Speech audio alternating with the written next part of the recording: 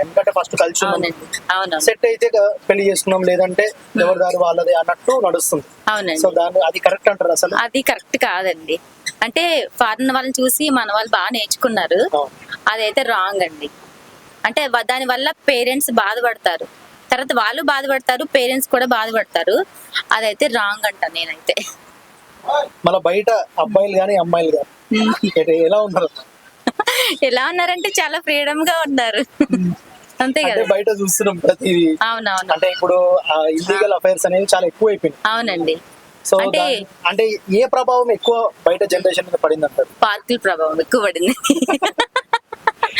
పార్కుల ప్రభావం ఎక్కువ పడింది బాగా.